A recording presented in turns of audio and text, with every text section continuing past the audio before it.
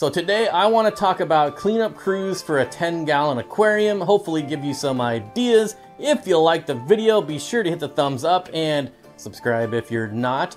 But let's get into it. Cleanup crew ideas for a 10-gallon aquarium.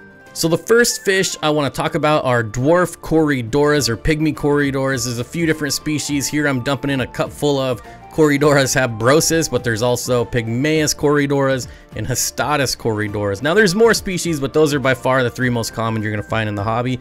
And these little guys are some of the cutest fish you will ever get, and they are a perfect size for a 10-gallon community aquarium. Super peaceful. Now I do have them listed as a cleanup crew, but you want to make sure that they're actually getting food, not just leftover flake. I mean, obviously they're going to eat any leftover food that falls to the bottom of the tank, but don't just assume that, you know, they're just going to survive off a few flakes that make it to the bottom. Be sure to throw some wafers in there.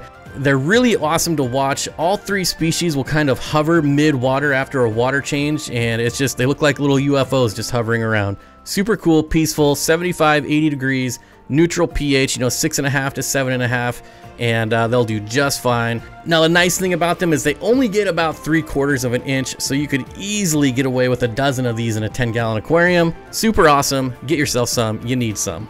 Next up on my list is the dwarf chain loach. These are very, very active fish. They get about 2 inches. They love to be in groups, as you can see, so be sure to get yourself at least 6 of them. That'll be just fine for a 10-gallon aquarium.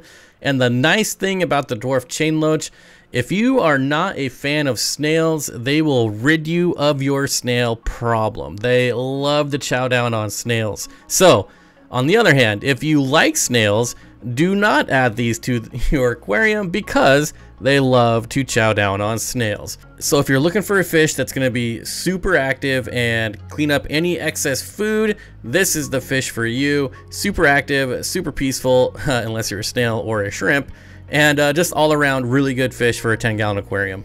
Next up, I've talked about this fish many times, and I'm going to talk about it again, and that is the rubber lip pleco or the bulldog pleco. It's called a couple different names.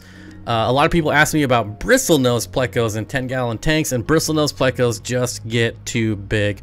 That's going to create way more waste than it cleans up. This is the perfect alternative. It is an algae eater. Well, it's kind of omnivore, but definitely prefers algae. They don't get very big, only about 3 inches, which is perfect for a 10-gallon aquarium. Now, this is a fish you definitely want to make sure is eating. A couple of leftover flakes is not going to do you any good.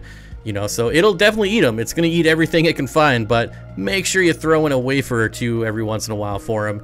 And this fish will live forever. It's super hardy.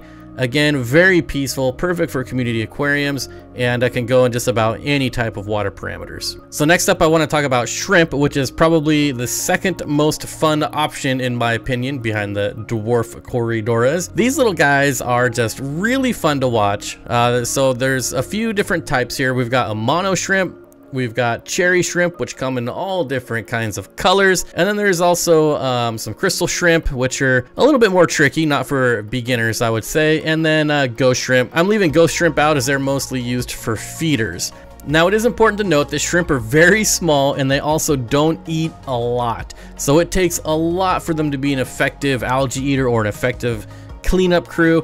But if you get cherry shrimp, they will breed like crazy in your aquarium, and you'll have a ton of them in no time, as long as you're not putting them with any fish that are gonna pick them off. So be careful. A mono shrimp get bigger, so they're a little bit safer for bigger fish. They get about 2.5, sometimes upwards of 3 inches. It's pretty crazy. But they will not reproduce. They do require brackish water to reproduce. So that's kind of the only downside with the mono. And then crystal shrimp, they're just, you know, they're not for beginners, so I'm not going to spend too much time talking about them, but they're really cool looking. So I threw a few photos in here. But all of these shrimp are going to eat algae and any leftover food, making them a perfect cleanup crew option. Next up, we have snails. Yes, the thing people hate. I don't know why. I love snails, bladder snails, pond snails, ram's horn, Malaysian trumpet snails. All these that are considered pest snails are so beneficial to the aquarium that I had to give them some positive press. Now, most people don't like these because they overrun their aquariums. If you have a snail population that just gets out of control, that usually means you're feeding too much and not doing enough water changes. So cut back on feeding, do more water changes, and the population will be much more manageable. Now, I love snails because they eat decaying plant matter,